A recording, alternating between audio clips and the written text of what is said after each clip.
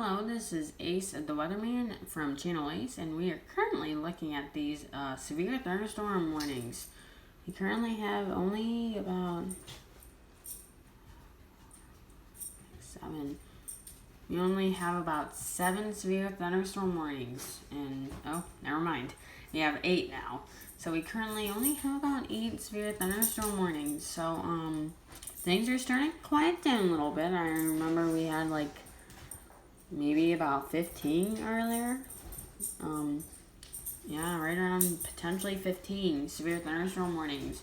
So, yeah, we gotta watch out for these severe thunderstorms. So, just be aware of these because you never know what could happen, you know. And then, let's look at this new severe thunderstorm warning. So, this severe thunderstorm warning is located in a line. So, these severe thunderstorm warnings are looking kind of risky, I gotta say. So, I would be careful on these things. Yeah, so, I would just be careful because and it says when it's located in a line, that means that it could be pretty dangerous. So, I would say go in your interior room just for right now. If the National Weather Service rises that wind threat, then I'd probably go in your interior room of some sort. So just watch out. This one, it's not looking too bad. I mean, it's lots of severe thunderstorm activity right in through here. I mean, if you look, I mean, we still have this energy. I mean, these things are still forming, like, right in there. I mean, in Indiana and, not Chicago, Illinois. Indiana and Illinois has the most severe thunderstormic activity. And by the time these progress into Ohio, it's probably be about an hour or 2 from now. Well, if not, no. Yeah, if they survive. If they don't, well, that's a good thing. And Ohio doesn't have to deal with this thing. But man, it's like an eye starting to form. I mean, it's very weird. I mean, yeah, and these should be forming anything. I mean, you see that little hook right there? I mean, that looks kind of suspicious. Looks like a potential tornado maybe right here. So if you live near Paris, what state is this again? You live right in Paris, Illinois, almost near North Terrier-Halte. You live near the Indiana and Illinois border, which is like Paris, Indiana, or North Terrier-Haute, in Indiana. I would be cautious. Watch it. Like, watch this thunderstorm activity. I mean, this may potentially form a potential tornado. Yeah, may potentially drop a tornado. I mean, it's not out of the blue, so, I mean, I would just be careful, be aware. I mean,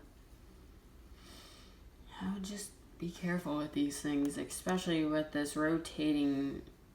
It looks like this part right here is rotating because you have this rotation, right? And then you have this eye that pretty much extends all the way through here. So, I would just be careful. Yeah, especially if you live in Indiana and Illinois. Ohio? I don't know if Ohio would have to be careful with these as well. I mean, earlier we had a pretty decent wind threat towards Toledo, Bowling Green area, all the way into Huron County, and then Erie County as well, and then just died off. And then probably a special weather statement was issued for Lorain County as well. If you look, this thing should be expiring pretty soon. Not very soon, so yeah. And that's pretty much about it. So, yeah. And then I did talk about this heat is just gonna fire up all the way as far north as potentially almost all of southern Manitoba. So, Manitoba, Canada. So, like right here, you'd be seeing about 90 degrees in this central southern area of Manitoba. I mean, the plains area is just gonna get towards the 100s. Even parts of the Pacific, not the Pacific, the Atlantic, the Mid-Atlantic, New England. Yeah, New England's gonna get hot. Over here in Florida, it's get pretty hot as well. So, yeah, and then we still have our tropical system trying to form over here. We're thinking that's still gonna curve and just like curve right when it reaches Bahamas. It's gonna curve out towards the sea, and potentially making some coastal impacts for North Carolina, South Carolina, Georgia, and Florida. Maybe if it makes it all the way up towards over here near Bermuda area, almost the Delmarva area, if it goes as far north as that. It probably could just go right there and just make it curve. So, and then the west, pretty dry actually. But we have some showers, right? East of Reno and Lake Tahoe. Yeah, so that's good, and that's really great. Like, that's awesome, because in this area out in the west, it's still dry. I mean, I don't know if the Four Corners area is like in drought, but I don't think they are, since they got so much monsoonal moisture.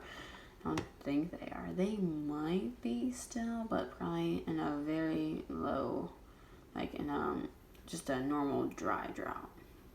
That like usually happens during potentially the winter, yeah, or during summer potentially. I mean, it's the smallest, like it's the lowest